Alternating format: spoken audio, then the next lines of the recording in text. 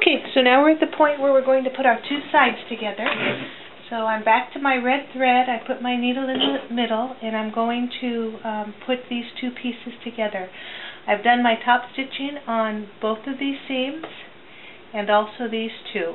So now I'm going to line them up as best I can. So you're not going to get a perfect center in the middle of these. And if you've ever seen those fabric covered buttons, they're metal and they have a shank and they have little teeth on them. You can buy those and cover them and make a button cover that will cover your seam up here at the top. That's my only suggestion, or put a little button in here, but the ones that you buy at the store, they always have that little fabric covered button here to cover the intersection of all your pieces. But even still, you want to try and get them as close as you can. So I try and line them up and put a pin in there.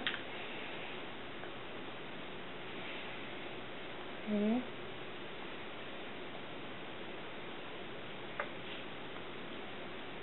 That side. And then this side.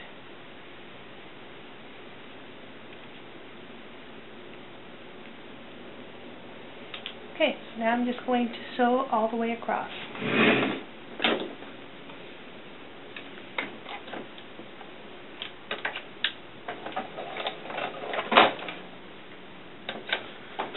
Machine jammed.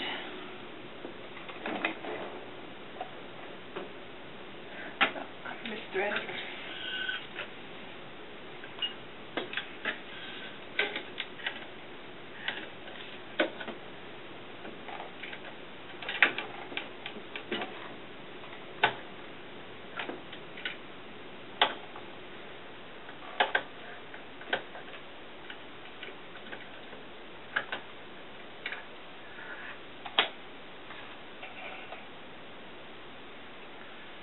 Okay, let's try it again.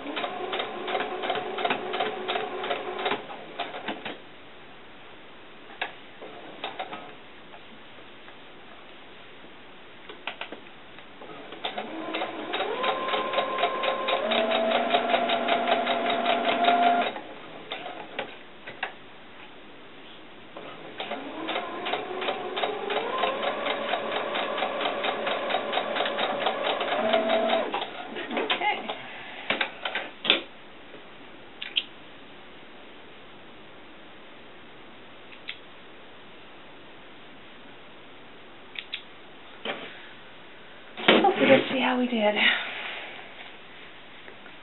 Not too bad. Almost exactly the same as all the others. That's what you're going to get. You're not going to get a perfect point because it's almost impossible. But anyway, now that you've got that, you're going to do the same thing that you did to your other three. You're going to open this up and you're going to sew across, all the way across, and put this top stitching on your last stitch. So you're going to go back over to your far right, and you're going to do the same thing. You're going to just finger them open. Use your center of your pressure foot as your guide, right down the center of the seam.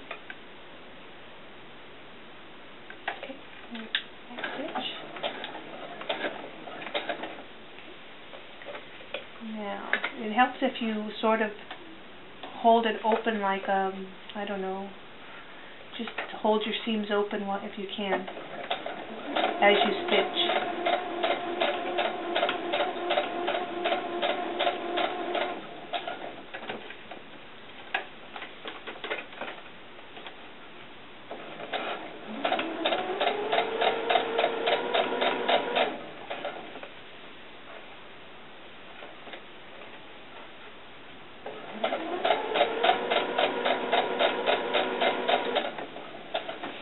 Okay, so if you don't have a straight across shot of this, you should, but if you don't, just aim in the general direction and you'll be fine.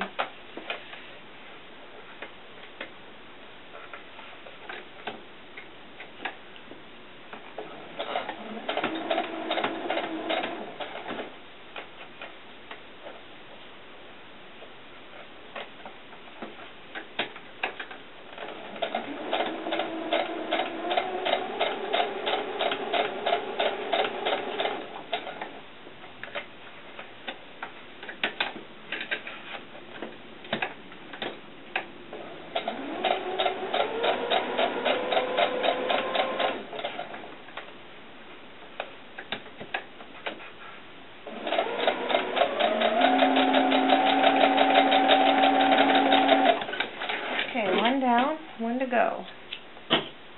The first one's the hardest because you have to spread the fabric open and keep your tension right. And then you see I did this side all the way across, up and over all those stitches. Okay, so now I'm going to do the other side, and I'm just going to turn my cap around and pick up the other red corduroy side.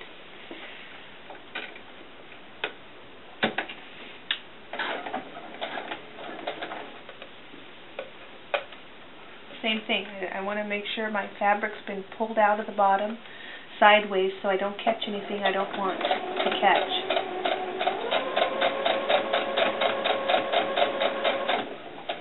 Got a little off center there, which is not good.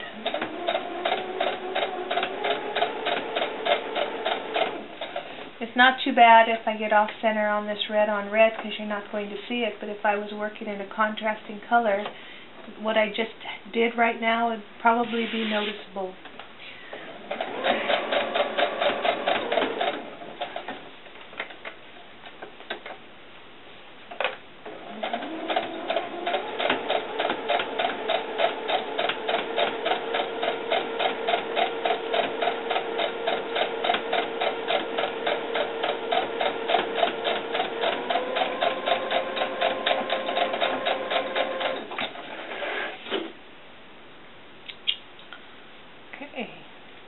Alright, we've done all our top stitching on our cap, so we're done with that part.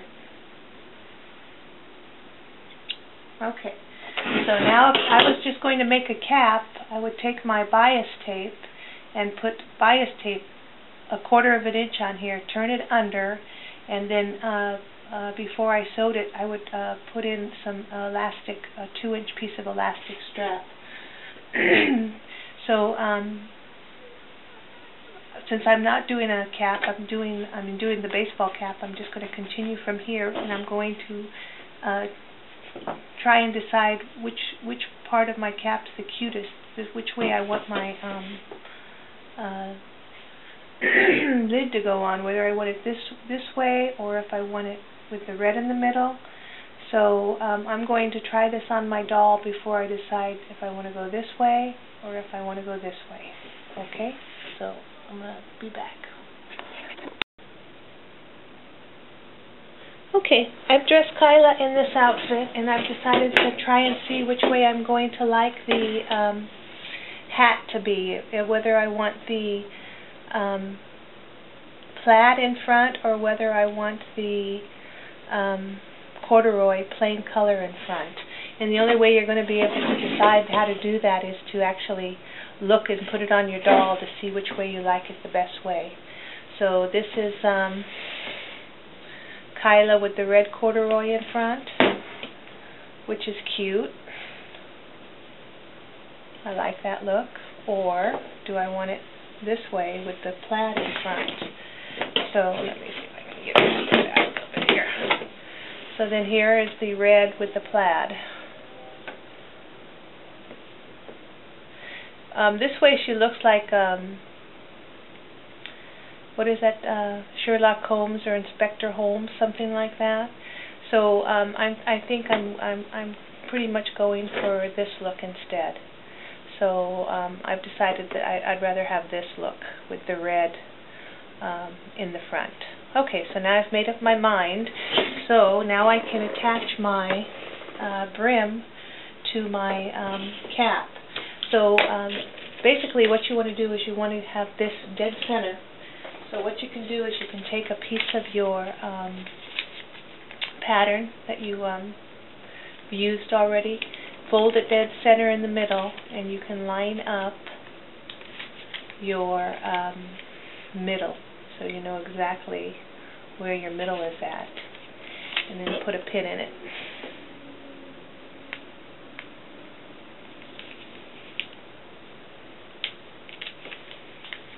In the center.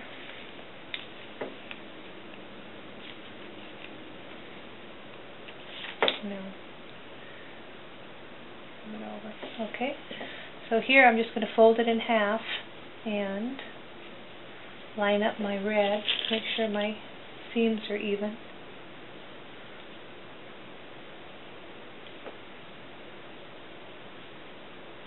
Okay, and put a pin in it. Okay. Sorry about my cough. My throat's a little sore. Okay, so we're going to decide, is this the best side or is this the best side? It's up to you. You just pick whichever one you think looks the nicest. Yeah, I think this does. Okay, so we're going to go ahead and put the middle pin here, line our two pieces up, and put a pin in it.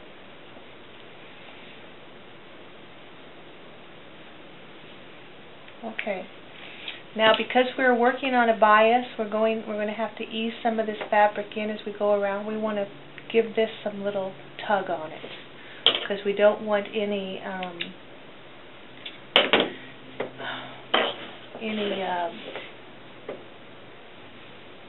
gathers to happen. It's almost impossible for that not to happen on these, but the more you make them, I've discovered the better you get at making them. You end up not having so many puckers in here. The reason that the professionals don't get these puckers is because they're using a professional machine where they actually sew on a round round machine. If you've ever seen commercials for those, how they make tennis shoes and hats and things like that. Okay, so we're going to try and ease this in as best we can. So try and give it a little gentle pull so there isn't, when you sew it, you're not going to see any gathers here. So we're going to just give it a little pull, put a pin in it. Same thing as we work our way around, give it a little tug.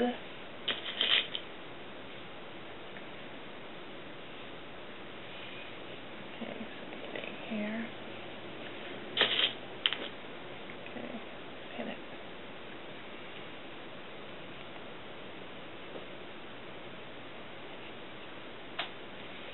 Okay, other side.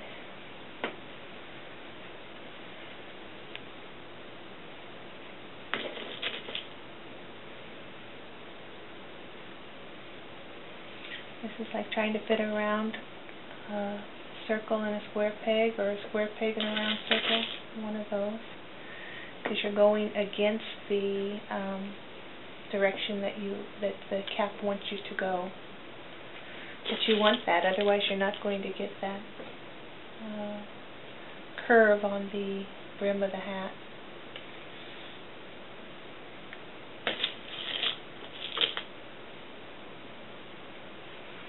Okay, so now I've got my hat pinned.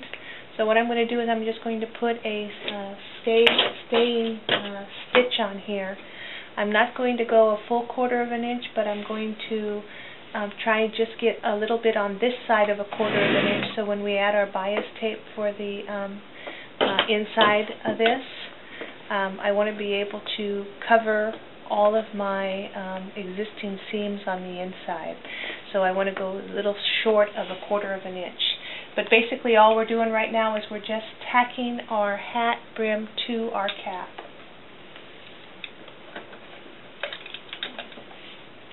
Just try and figure out the easiest way for you to do it, whether you're going to do it this way or do it this way. It's just whatever it works easiest for you.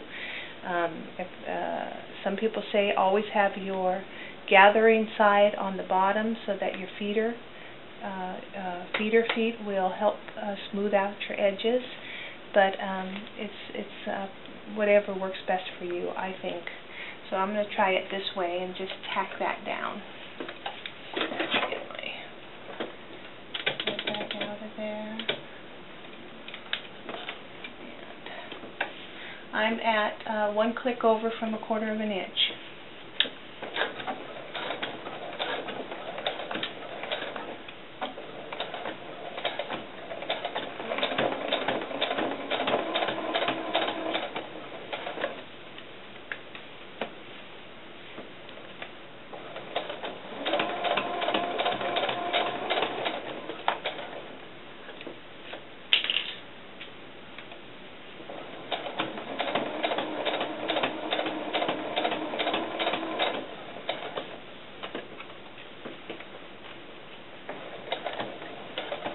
Yeah, I might have just put myself together.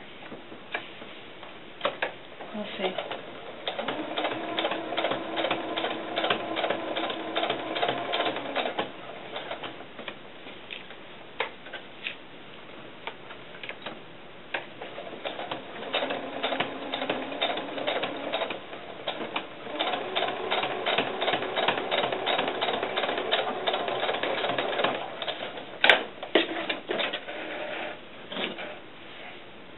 Let's see how we did.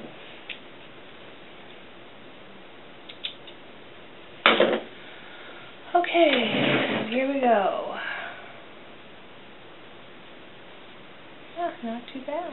Not too bad at all. And I probably could have centered it a little bit better. Let's get Kyla out. Try her hat on, see how she looks. Okay, not too bad. The corduroy's starting to fray a little bit. Okay, so now we've got to put our elastic in and our bias tape, and our hat is, and our one more seam around here to hold our bias tape down, and our hat is ready to go. The nice thing about these hats too is you can do this to them. Give them that look like that, which I think is really cute. You can make a painter's outfit like overalls and do that. Okay, I'm going to, I don't like using my good fabric for bias tape, and I like to make my own, so I'm going to get some red fabric out and my cutting tools, and I'm going to show you how I'm going to make my own bias tape to go around here. Okay?